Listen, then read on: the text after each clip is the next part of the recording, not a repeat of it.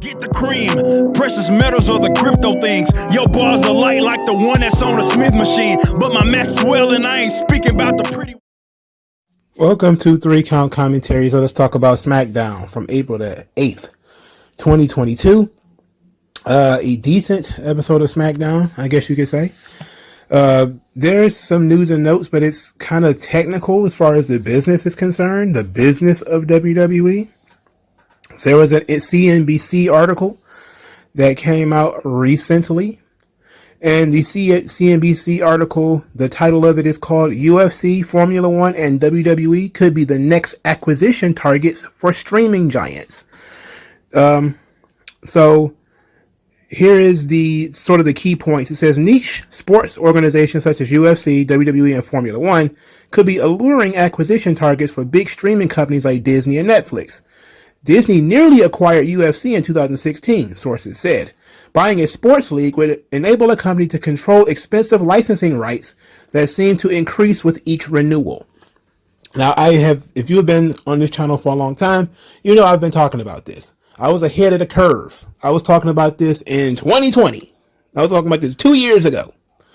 That as licensing deals become more and more expensive, it'll actually be cheaper for a company to just buy a sports league. Now, the NFL and the NBA and the MLB, some of the bigger sports, is pretty much not going to happen. Nobody's going to buy the NFL. They're more than likely going to do what Fox did, and that is buy a defunct league like the USFL and restart it. NBC, of course, had their own football league, which was the XFL. I don't know if NBC is still involved. I know The Rock owns it now. I don't know what's going on with that, but I know NBC owned a part of it. It would be smart for them if they're still involved to keep the XFL, but I think they do business with the NFL now, as far as NBC is concerned. But this is the next wave. You see the big companies are starting to merge. Smaller companies are being gobbled up. WWE would definitely take a hard hit if they was purchased by a bigger company, because then it would just be a name on a ledger somewhere. It would be like how UFC is right now. UFC is just a name on a ledger somewhere where you have to look and see how much money is bringing in for the parent company, but that's really all it is how much money does UFC generate and how much does it cost for the parent company. And you will also have all sorts of creative standards, and there will be all sorts of creative control issues. It will be a lot of problems if WWE was actually purchased by a bigger company. But it's now something that people are starting to talk about in the business world. And it's not just WWE; it's also about UFC and Formula. Formula One is racing, by the way. If you don't know what that is, it's a lower quality version of NASCAR, but it's been something that's been floating around for a long time, and the article, let me make sure I read it correctly, but it says that WWE's their nearest licensing agreement starts coming up in 2023, and that might be the best time for somebody to make a offer. So it says WWE, which has a market capitalization of $4.6 billion, stands out as a potential takeover candidate because it's a publicly traded company with an aging controlling shareholder. Vince McMahon owns more than 80% of the voting power and is 76 years old. At some point, him and his family will have to decide whether to keep control of the company or sell it to the highest bidder. McMahon's daughter, Stephanie, also works at the company as chief brand officer. And then they quote the we're open for business. Nick Khan comment from the previous year or the previous month. It says a buyer could be a legacy media company such as Disney, Fox, Paramount Global, or Comcast, NBC, Universal, which last year struck a 5-year deal with WWE more than $1 billion. Then they start talking about it. It gives some quotes from Nick Khan. So he says, if you look at what does NBC, Comcast need, and I think it's a factual statement, they don't have the intellectual property that some other companies have. I think they look at us as an entity that has a lot of intellectual property. A lot of it has not been exploited. Now it's up to us to monetize it properly and show the community exactly what we have. NBC Universal has declined to comment. If a potential inquirer does make McMahon an offer, it could come before the company's next rights renewal, likely to be announced in mid-2023. That's probably when McMahon may have to decide to sign up another multi-year deal or sell. So there that is. There's but they are talking about some potential drawbacks. So it says, while Disney proved it can exploit and expand existing intellectual property from Marvel and Lucasfilm, both of which they have ruined. Disney has ruined Marvel and Lucasfilm. I'm not even a Star Wars guy, but just what I hear from people who love Star Wars, how they like it less and less as the new iterations of Star Wars, new characters are created, new TV shows come out. They like Star Wars actually less than before. And Marvel, outside of the Marvel Cinematic Universe, I'm not sure how successful the TV shows are. I'm really not. Now, they've done a great job of monetizing those shows. I mean, we've gotten to the point where Moon Knight could have a TV show. But I don't see the Marvel brand, outside of it being co-opted by Disney, being stronger than it was 20 years ago. You know, I think Marvel comics were obviously stronger than it was before. But as an intellectual, as a IP farm, yeah, it's much stronger than it was. But as a creative force, as far as Marvel creating things that people actually love and are passionate about, no. Not since, I think, Endgame, which was in, 2018, 2019, maybe 2017, has people really been passionate about the Marvel Cinematic Universe. But Disney just keeps pumping out new movies and pumping out new TV shows, and people are just kind of passively watching them, not really talking about them that much. For instance, I haven't heard that much at all about the Moon Knight show, the Hawkeye show. I haven't heard that much about the Loki show. I haven't heard that much about any of these shows. But I know they exist because I saw the commercials all the time. So they haven't been doing a great job. Disney is not doing a great job with Marvel or Lucasfilm. But they mentioned it here. They're creating new characters with a different skill set, said kind of WWE. It's not clear that a streaming service or large entertainment entity will have the same skill set as McMahon. Says smaller sports companies' content also may get buried in a large streaming service that can't feature everything to its users. While Star Wars and Marvel spinoffs often get top billing of Disney's Plus, other intellectual property get lost in the shuffle. The McMahons will have to decide whether WWE can expand its universe as part of a larger company or if it risks losing cachet without the family's attention. So I think it would be best to keep WWE as an independent promotion, at least for a little while.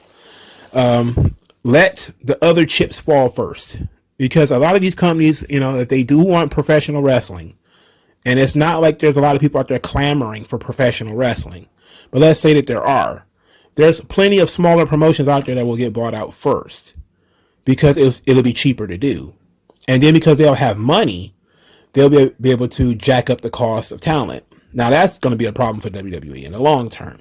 If, let's say Amazon doesn't try to buy WWE, instead they just go and buy some smaller company, GCW or something. Now, with Amazon's money, they could theoretically say, hey, Roman Reigns, we'll give you $10 million to come over here. Then Vince has to match $10 million. You know, that's problematic financially. But what we have seen from everybody who has invested in professional wrestling, with the exception of Vince McMahon and Tony Khan, they have been exceptionally cheap. When you talk about Dixie Carter, she ran in the Impact Zone. Even when she probably could have been traveling the country, spreading TNA. That's one benefit that TNA didn't have is, AEW truly is, at least for the most part, a traveling brand. They don't have house shows, and they don't tape their shows. Their shows are live every week. Impact should have gone to that. It should have been going live every week and traveling around the country. They wasn't doing that. They was continuously taping in the Impact Zone, and the product, eventually it became difficult to tell what era of TNA you were in, but these companies are being used as content mines for bigger companies. That's what Ring of Honor was to Sinclair. That's what Impact is to Anthem. It's like, hey, there's pro wrestling fans out there. We have this pro wrestling entity. We'll just put it on this network, or we'll put it in this space, and people can figure it out from there. People can figure out what they want to do with it from there. It's not a priority though. And that's, in order for pro wrestling to work, especially for it to be mainstream and work long term, it has to be a priority.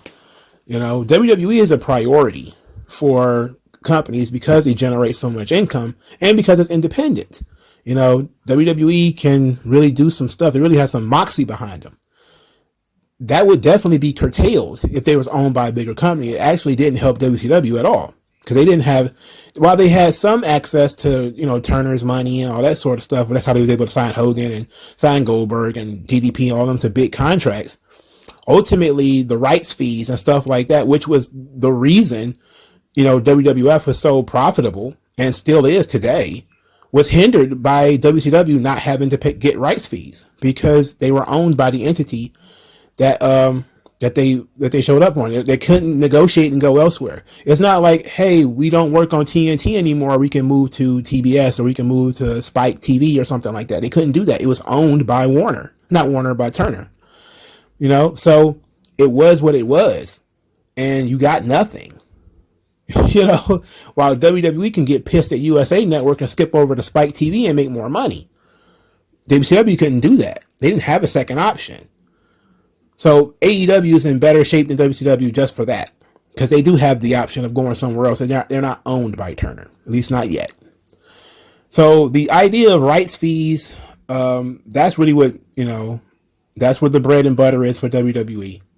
And companies are going to start trying to avoid paying big money rights fees. They're going to be looking at buying it. And I think as Vince gets older and still maintains control over the company, instead of setting up a situation in which he can liquidate and hopefully let Stephanie and Triple H pick up the majority of the shares, that way they could control the company and he could just be a figurehead, if there was some way around it. But when you have investors and shareholders and all that kind of stuff, yeah, if you make a incredible offer, then he will be doing a disservice to the shareholders and the stakeholders or whatever if he didn't take it. So if Amazon shows up and says, I'll give you $10 billion or something like that for the entire company, he can't be like, no. He has a fiduciary responsibility to at least look into it. So, but that's interesting, business of the business stuff. But let's get into SmackDown. All right. Ronda Rousey starts the show. Again, she is a dry cracker. I'm just going to try to... Oh, God. Ronda Rousey, man. She is like... It's like she's on lithium or something like that. She says, I make no excuses. To be the best, you have to be able to beat anyone twice on your worst night. I beat Charlotte twice, but not when it counted. So I don't make any excuses. Charlotte, I want a rematch. I want a match. I want an I Quit match. And I'm just kind of like, Ronda's not good. I like the idea of an I Quit match. I think I get why they didn't do it at WrestleMania, even though it probably would have made more sense to do a submission match or something right there. I get why they didn't do it. I mean, WrestleMania, it sells itself. WrestleMania Backlash is going to need a little bit more cinnamon on that cake. So, Charlotte says that Ronda Rousey could not defeat her in a game of checkers, let alone an I Quit match. And that Ronda's reputation as being the baddest woman on the planet is a myth. She's not accepting that challenge. And for her to get back in the back of the line, bitch. Ronda Rousey then says that, oh, Charlotte, you're going to accept that challenge. You're going to give me that match. And I'm going to turn your arm inside out or something, she said. Then she continued to harass Adam Pearce throughout the show for it, and he said he's going to give her an answer tomorrow. So by the time you guys hear this video, we'll have an answer about whether Ronda Rousey will get her I Quit match. Of course, she likely will get it. I don't hate it. I just not thrilled about more Ronda Rousey, especially in talking segments. I think we need to pre-produce these things and put them up on a screen. Or we need to get her a manager. Somebody who can talk on her behalf. Or we need to get somebody who treat her like a character that doesn't need to talk. You know, like she comes down to the ring, she starts throwing hands or suplexing people or judo throwing people or whatever. Because that's really what she got over with, you know, in WWE is part of it was, whether she's going to break Stephanie or, somebody like that. And not too much of the talking. Like, talking around the Rousey is not good. Ain't good. What is good, however, is Sheamus. Oi! Look at me, little man Butch. Your first match, Butch. Are you excited? I see your nervous energy. You're bouncing around all like, look at you, you little jumping bean. My guy. He's my guy. You see his little suspenders? His little tweed pants. Then he says, we're finally going to let you off the chain, little fella. It's going to be so much fun. Every night is fight night. And they go out there and he's going to wrestle Xavier Woods. Now, everybody was tight-assed about there no longer being King Woods, and he no longer has his cool theme song. And even Kofi Kingston was like, you still the king. I don't care what nobody say. Let's talk about that first before we talk about the match. I did like Xavier Woods, his theme song. I did like that. King Woods, I didn't really need that. I don't think he really needed it either. But he did win the King of the Ring tournament, so it did happen. But it seems like everybody in the New Day to get a push, and then they just revert them back to the New Day. It's like last known good. It's like we elevate this guy, but then we kind of like, we get skittish and we just say, nah, just put him back in the New Day. Like, okay, we're going to push Kofi Kingston as the champion. Maybe, you know what? Let's just shuffle him back at the bottom of this deck. We'll put him back in the New Day. Big E. Oh, yeah, we're going to give him his own theme song. He's going to win the WWE title, run around with that belt for a little while. It's almost a memory at this point that Big E and Kofi Kingston were the world champions. Like, they're not treated as world champions at all. They're treated as footnotes for the world title. And, then they're shuffled at the bottom of the deck. Then Xavier Woods achieves his dream, becomes King of the Ring, and WWE give him a cool theme song to give him a crown and everything. And then a couple of weeks later, he got hurt and everything, but a couple of weeks after that, it's like shuffle him right to the bottom of the deck. Right back where he came from. New Day is more over than anybody individually. So you won your little piece you got what you wanted out of the company. You wanted the King of the Ring, they gave it to you. You wanted the world title, they gave it to you. But now, go back to being in the New Day. And I'm not sure that's a good thing, man. It's an inability to break away from the pack. Imagine that Bret Hart won the world title and they just said, you know what? Put him back in the Hart Foundation. And so from like 95 and 96, Bret Hart's back in the Hart Foundation with Jim the Anvil Neidhart because, reasons. People would just be like, damn, he was a world champion in like 93 and 94. Now he's back in tags. Imagine if Shawn Michaels got put back in the Rockers, in 97. And you're like, you know what?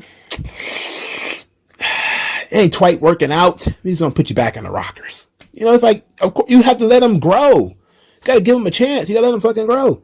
Like, you can't just be like, all right, because the characters cannot grow. And this is their own fault, by the way, the New Day. Because they refuse to allow themselves to bloom individually. It's all about unity and everybody's friends and I win, we all win. And when you do that kind of shit, you don't differentiate yourself. So it becomes everything is about the group. And when the group is more important than any individual, the group gets pushed or buried. No individual does. So if you poke your head up, they're just looking for a reason to push you back down because the group is more important. If they'd have just said, you know what, we're not doing New Day anymore. We're done with it. It's over. We need to have individualized pushes and maybe we'll tag team up once or twice a year or something like that. But we're not doing New Day no more. Because they won't let go of New Day. Because when they were separated for that short time and Big E was moved to Raw, or no, he was on SmackDown and Kofi and Woods was moved to Raw, and they pouted about that, I find it hard to care that Xavier Woods lost his King Woods theme and he lost his crown and everything. It's like when they separated you guys before with the intention of pushing Big E, you guys pouted. They separated you guys. They broke you guys up for a reason. They had something planned for Big E. He got that singles push, got the Intercontinental title again, had a nice little run with that. And then, had a nice little singles push, won Money in the Bank. They were pouting that they were separated via the draft. Instead of being like, you know what? Yeah, that's the right thing to do. Because he's about to get a push. He's about to get elevated. Let him go. They do little stuff like, I'm going to voluntarily fall back. That's not enough. Because everybody still expects you to be there. You have to close that fucking door. You know, like the Shield, that door was closed. You know, they had to go through this whole ordeal to bring the Shield back together. Once Rollins hit, Reigns with that chair, it was over. All right. It was a done diggity done dada. Everybody went their own way. Sure, they sometimes met here and there, but everybody went their own way.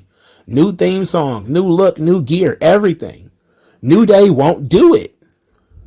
They won't do it. So I'm not surprised, not at all, that WWE just put them back together and just says, fuck it. Fuck King Woods. Fuck World Champion Kofi Kingston. Fuck Big E as the World Champion. You're just fucking New Day. Nobody gets their own theme song. Everybody's going to start doing jobs in the first match and all that kind of dumb shit. Because you don't want to be individuals. You want to be a group. Now back to this match. Butch is the opponent. He's going to have his first match on Smackdown. Xavier Woods complained that he never won a match at WrestleMania. To which Kofi said 3 years ago, when I won at WrestleMania, it's like we all won. So you did win at WrestleMania. And then says that, WrestleMania is the season finale. So this is the new season. Therefore, all records are reset. It's 0-0 from these guys. Xavier then said that he was texting Butch's auntie and that he's going to beat his rabies-infested ass. They have the match where they have Pete Dunne, the baddest man in NXT, the baddest man named Butch, and he is wrestling the same way, but he's wrestling in these goddamn tweed pants, these damn suspenders, and that wife beater. He's wrestling in the gimmick. And he was still himself.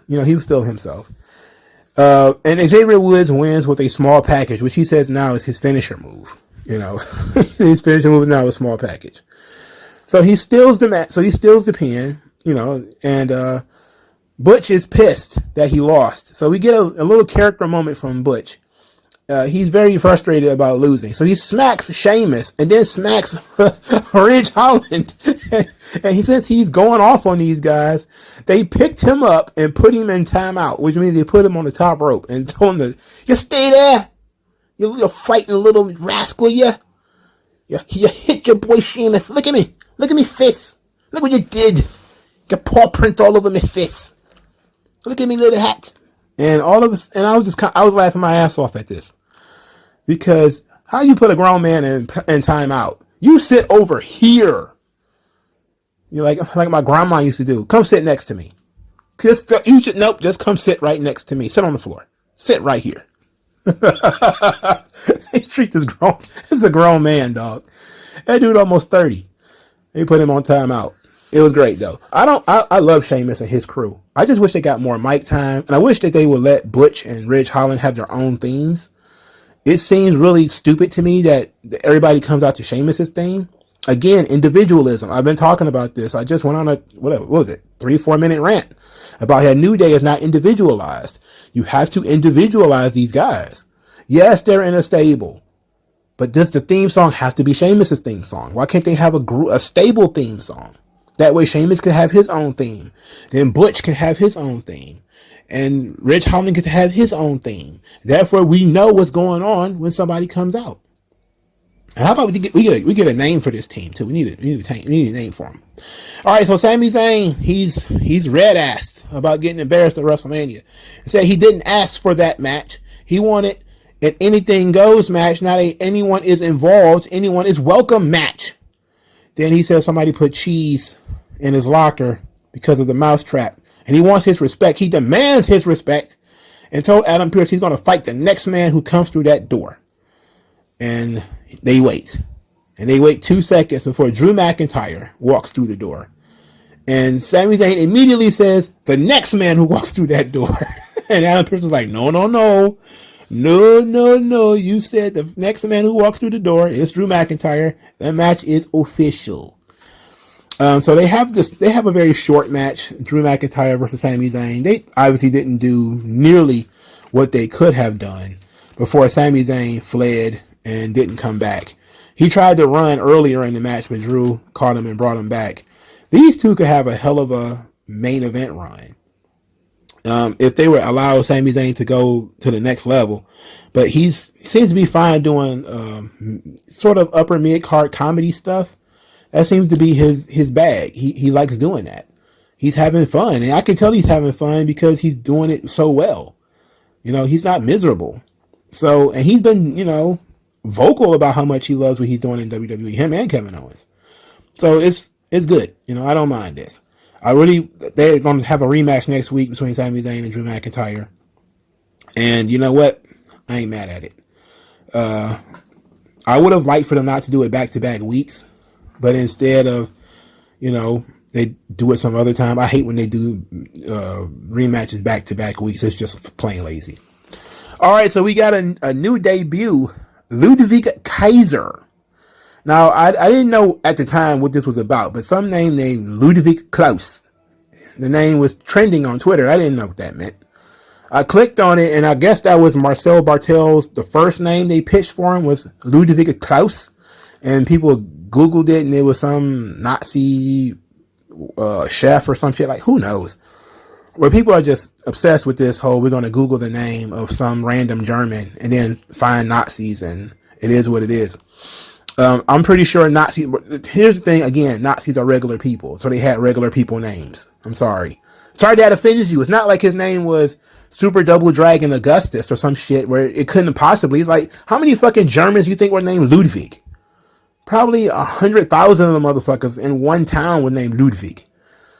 Same thing with Gunther. Like, you find one fucking guy out of all the fucking guys who probably had the name Gunther. You find one fucking guy named Gunther, and all of a sudden they're naming him after Nazis. It's like, no, they didn't. They probably weren't even thinking about that and didn't give a shit. The guy's probably been dead for 80 fucking years. Who cares? But Marcel Bartel, he is now going by the name Ludwig Kaiser. And he was wearing this Svelte red sweatshirt. And he introduced the man who is the epitome of efficiency and elegance, Gunther. To which we got Imperium's third new theme. Their third theme song in as many weeks. I think they just changed Imperium's theme last week on NXT. Now they have a new theme. There's no Dvorak at all of it. Bad. I don't hate the theme. It's just I'm tired of them fucking changing it. I hate that they keep changing it. So Walter comes out and he's wearing red. He's wearing this sweet red coat. The presentation is crisp. It's not quite what, it's nowhere near NXT UK. They just added some color to it. And the bright blood red. I actually like it. So it was Gunther versus a job guy. And I sat I watched the shit out of this match. I miss jobber matches. I really do. Especially for a SmackDown and Raw, to break up the monotony of random babyface losing in a match for no good reason. Just send a job guy out there. I didn't even write down his name. I just wrote down job guy. And Gunther brutalized this dude. He was standing on his head. He was chopping them all in the chest and face. It was wonderful. And it was just a straight up abuse. People were chanting Walter. Corey Graves said they're chanting Gunther.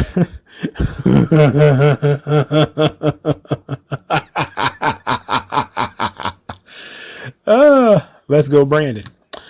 So obviously Gunther wins with the powerbomb. He looked great. This is going to be fun. It seems Bartel is not going to be the manager, but he's going to be the manager rather, not a tag team partner. So it explains why Fabian Eichner left on NXT. He's going to pull the Roderick Strong duty. Roderick Strong was the guy who was just going to stay in NXT. He's not moving. He's not going anywhere. So when they start talking about bringing up Adam Cole or all those guys, Roderick Strong was like, you know what? I'm good. I'm just going to stay down here. Now it seems Eichner is going to be that guy. He's just going to be like, you know what? I'm just going to stay down here. I'm going to get a solo run. I can respect that. Eichner, when it comes to in ring, he got that strength and agility where I want to see how he can do things by himself. I'm interested in that. Marcel Barthel, his strength is in his persona, how he speaks, how he looks. It makes sense. He's a heat magnet. Like, a guy like Barthel should be able to get a lot of heat just by the way he stands and looks. And he's shredded to death, too. So he can really work if he wanted to. But he's just going to be the voice.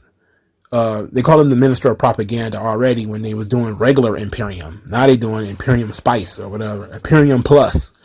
Whatever the hell they doing. It's crazy because they was teasing a new member of Imperium on NXT before the call-up. So I'm not mad at the name Ludwig Kaiser. It could have been worse. Ludwig Klaus wouldn't have been much better. It'd have been the same thing. People have been flipping out about name changes. There's another name change. Raquel Rodriguez, formerly Raquel Gonzalez, was on SmackDown. She's tall and she's smiling a lot. Apparently she got the memo. You got to smile when you're on smile. You're on TV, pal. So she was on TV, and they put her with Kayla Braxton just to emphasize Raquel's height. So Kayla Braxton is almost not on the screen at all. She is literally that small, right? And Raquel Rodriguez, is huge. She's massive. And she barely got anything out before Angel and Humberto slid on in there and tried to welcome her with a kiss. And she's like, not a chance. So it seems like they have something planned for her already, hopefully. But I think that if they let Raquel do her in terms of going there and be aggressive, she can be a bombshell. Because she's exactly what WWE is looking for. The reason why, Bianca and Charlotte are staying on top is because they're tall. They're big women. I think Bianca's probably 5'8" or 5'9" or something like that. And Charlotte says she's 5'10". And maybe Bianca's not far off. And I think Rhea and Raquel are right up there with them in terms of height. Vince he's sticking to his guns. He likes height. He likes tall people. He likes tall people, man. So Raquel is big. She's muscular. She's aggressive. If she can, when she really gets started. I'm not tripping on the Rodriguez name. I don't understand why they changed it. It doesn't seem to make much sense. Marcel Barthel, that's his real name though. So they changed it because that's his real name. But, Rodriguez, I think, Gonzalez is her real last name. So I think that's what it is. Cause I think somebody was talking about this and they were like, oh, her real name is Raquel Gonzalez. It's like, no, I think her first name is something else. Her real name is Gonzalez. That's why they changed it. So, again, trademark, copyright, intellectual property. Marketing strikes again. The branding strikes again. So the changes continued on SmackDown. We get a Happy Talk segment featuring Happy Corbin and Madcap Moss. Corbin is distraught. He's upset. He lost at WrestleMania and said this is supposed to be the happiest Happy Talk segment of all time. But he lost at WrestleMania to Drew McIntyre, and there's only one person to blame, and that's Madcap Moss. Madcap Moss distracted him, and Madcap Moss spent the whole weekend making it about him winning the Andre the Giant Memorial Battle Royal, and that he forgot his place, and that is to tell me jokes. So he demanded that Madcap Moss tell him a joke. Madcap Moss told a joke. Everybody except Corbin laughed. He told him, try it again. Madcap Moss did another joke. Most of the people laughed except Corbin. Corbin is getting pissed off. And he says, you want to tell me a joke? Your jokes have been terrible. This is your last chance. You're going to tell me this joke like your job depends on it. Because it does.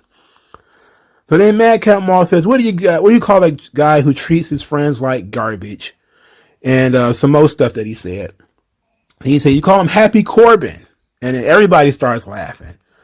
And then Corbin just snuffed them. They started fighting. The fight scene, I think, went on too long because they were, banging each other against the ring post and banging each other against the steps and the barricade.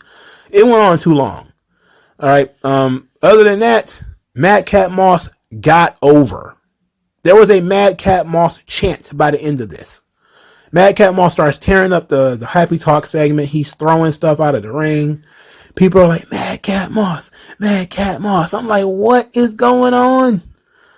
That's it. Here's the thing. Now, I've been saying for like the last, I don't know, maybe the last month, I've been very unsure whether WWE really likes Madcap Moss or whether they fucking hate the guy. Every time something happens, I'm just kind of like, man, does WWE even like this guy, or are they just fucking with him? And it turns out they're just fucking with him. All right, because right after he wins the Andre the Giant Memorial Battle Royal, they break him up with Happy Corbin. They're probably going to start moving away from Madcap Moss and moving to something else. But this was a very abrupt turn. And I think that this abrupt turn happened because it was obviously planned from the beginning. It's probably the same thing with Rick Boogs. He's probably going to win the tag team titles, and that was going to be the beginning of his push.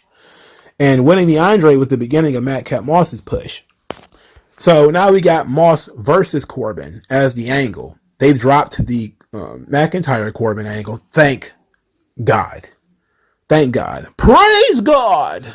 You didn't have to deal with that shit no more. I thought he was going to get a rematch. But I'm happy for Madcap Moss. You know, he seems to have some potential as a babyface.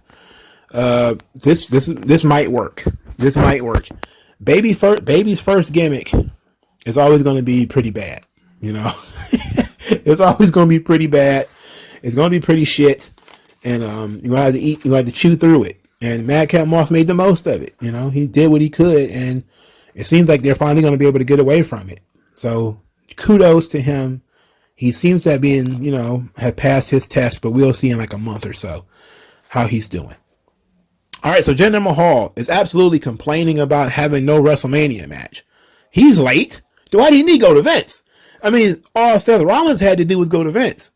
You trying to tell me Jinder Mahal didn't just go to Vince and say, Vince McMahon, your modern day Maharaja needs a match at WrestleMania? And he probably would have told that fool, get out of my goddamn office. You can't even get a match on SmackDown. Anyway, Jinder Mahal wants a championship match for the Intercontinental title. Said that Ricochet is in witness protection. And Adam Pearce said, look, I can't give you a title match. You ain't been on TV in months. Well, he didn't say that, but he should have. You ain't been on TV in months. When's the last time you won anything? Didn't you lose like a handicap match? Idiot. Anyway, they're going to have the match next week. Jinder Mahal and Ricochet for the Intercontinental title. And I would not be surprised if Jinder Mahal won it.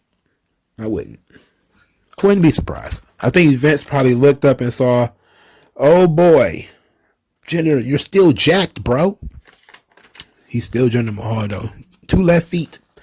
Now, I'm going to once again toot my own horn. And I was saying, people, feel free in the comment section to say, if you've been around for a long time, what have I been saying about Lacey Evans? That she has been handcuffed by the Southern Belle gimmick. It was too loud. It was too much. All right. They just needed to turn it back some. Now they may have turned it back too far because they got rid of it. The sassy Southern Belle character is gone. Now they're doing Lacey Evans' real life as she talks about growing up in Georgia, her parents, her dad being a drunk and an alcoholic, being abusive, her mom sneaking off with the kids in the middle of the night, and moving around from state to state, taught her how to adapt. And that, there's no straight shot to stardom, and that her struggles made her who she is. And it doesn't make her better than anyone else, but it damn sure doesn't make them better than her. And she got a little emotional as she was doing this because, of course, she's talking about her real life. The presentation of it, I think, was a little off. It was off because we could hear the crowd. So we hear the crowd doing random stuff. Like we can hear them cheering on certain parts. Like when she mentioned being in the Marines, they cheered. When they mentioned, her struggles and how she was able to overcome them, become a great mom, they cheered. But other than that, we could hear them doing, fiddling around and everything. I wanted to be able to focus on what she said. And they had some really cool visuals as far as, the pictures and everything. So I like this. Here's the thing. When you need a gimmick if you're a boring person. You have no life experience. There's, especially if you're like 22, 23, it's like, okay, you went to college, but what really did you do in your life? You haven't done that much of anything. You kind of need a gimmick. When you had a life, like Lacey Evans has had an entire life, you don't need to gimmick her up that much. You don't need to gimmick her up, to the degree that she was gimmicked up. And I'm pretty sure she had fun doing the whole Sassy Southern Belle thing. And she was not bad at it, But it was mid-card forever because it was just so over the top.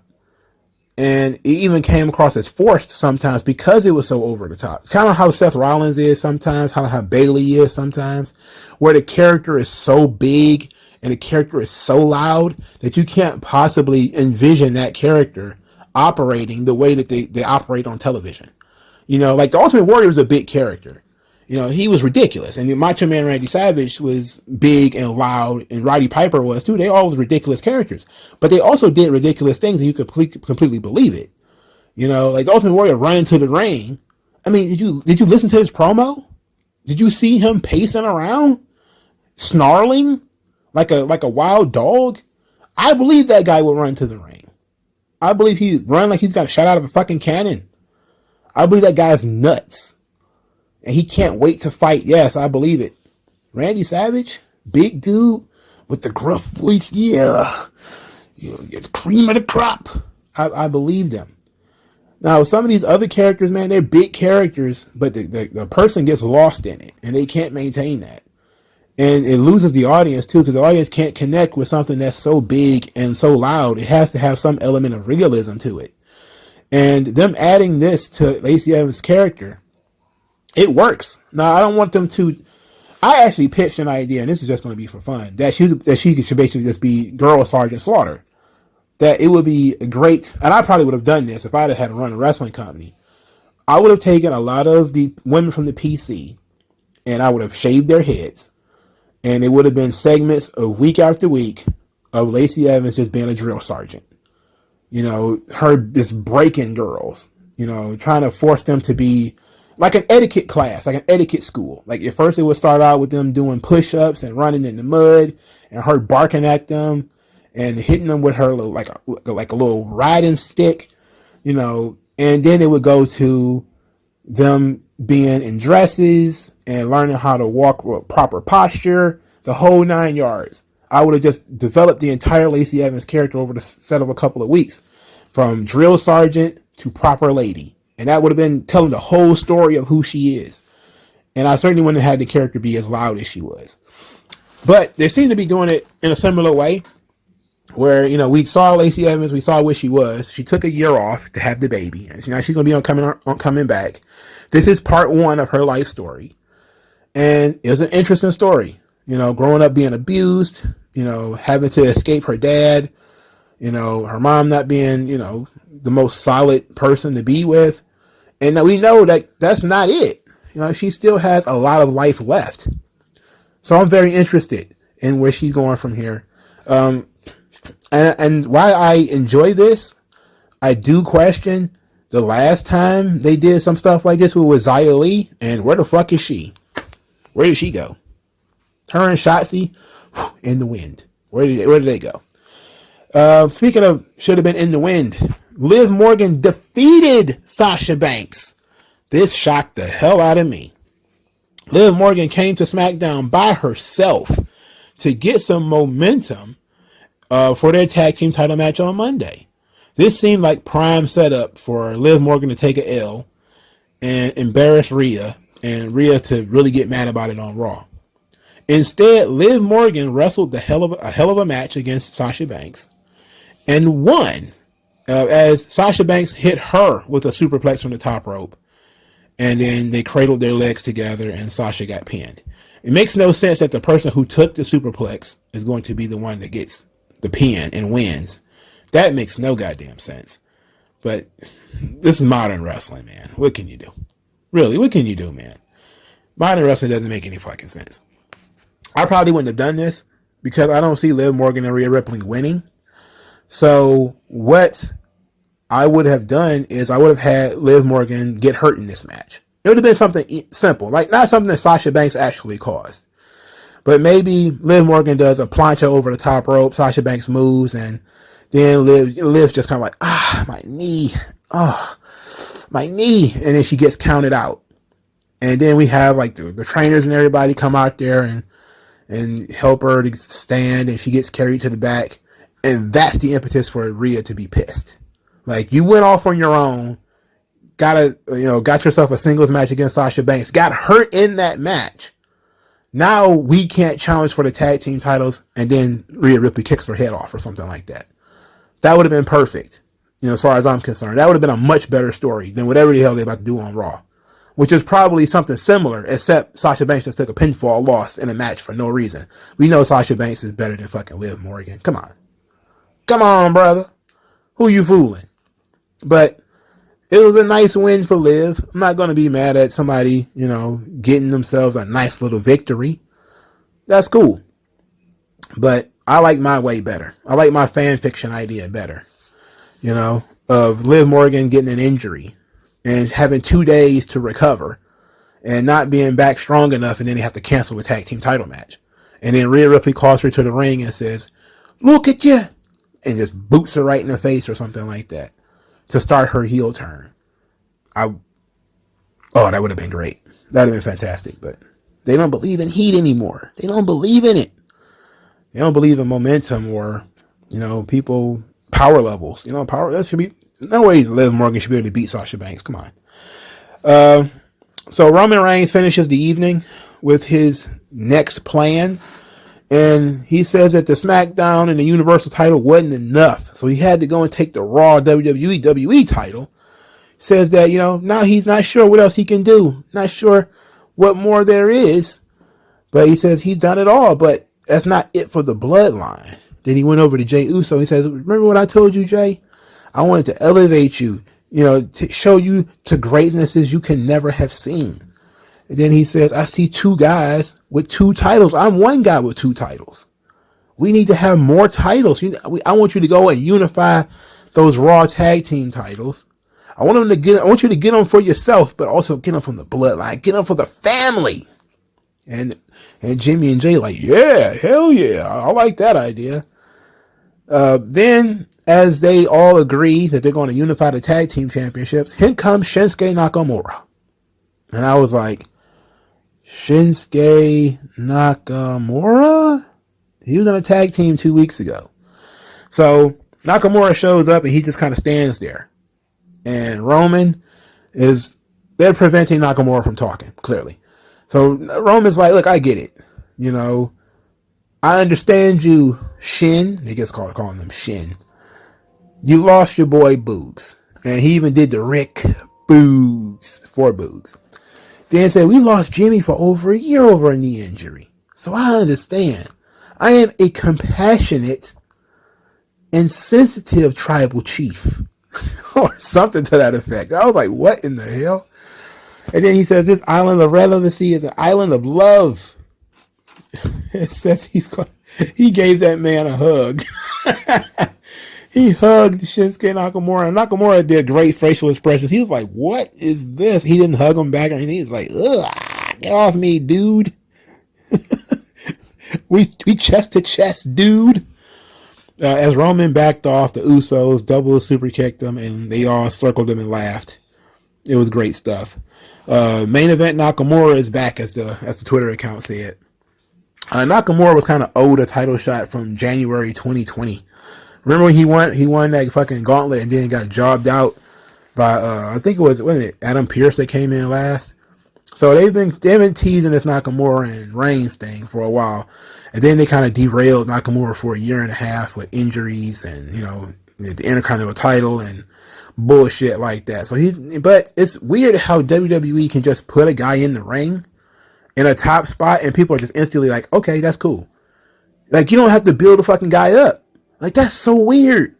You can just take a fucking guy from nowhere in the middle of the card and just be like, "You know what? Put him in the fucking main event. Hey, just to do it." Boom. And then all of a sudden people are like, "Yeah, hell yeah, I'm okay with that." There were so many people who were just kind of like, Nakamura versus Reigns? Hell yeah, I'm okay with that. I'm like, he just fucking tag team just lost in the first match of WrestleMania last week. He shouldn't be challenging for the title. he shouldn't be in any position to be the number one contender. I don't know, man. I don't get that. But maybe it ain't for me to get, you know. Maybe it just ain't for me to get. But it was an interesting thing. This episode of SmackDown featured no really good matches. You know, Liv Morgan and Sasha Banks was okay. I enjoyed it for what it was. I hated the finish though. Sami Zayn and Drew McIntyre obviously had potential, but you know, it's an angle they're working now, where Sami Zayn wants respect, but he's not willing to work for it. Everything else, the Charlotte and Ronda Rousey stuff, I really wish. I hate it. I really want them to focus on more people. I like that, we're going to get not Drew McIntyre, but Jinder Mahal and Ricochet next week. I honestly don't mind that. I think that's pretty good, actually. I would like to see Shotzi on this show. I would like to see Xia Li on this show. I saw Natalya and Shayna Baszler watching the Liv Morgan Sasha Banks match. I would like to see Shayna Baszler wrestle as a singles competitor. You know, we can have other people. They can be more than one or two feuds in a division. We gotta do better than this. We gotta do better. We gotta ask more. Ultimately, though, it wasn't a bad show. It just wasn't great. And let me know what you guys think in the comment section below. Like, share, and subscribe. And I'll talk to you guys later. Peace. Skin tone, so why attach yourself and piggyback the wealth you didn't earn or lack yourself? I'm telling you to own up to your own success and failures. It's a reason.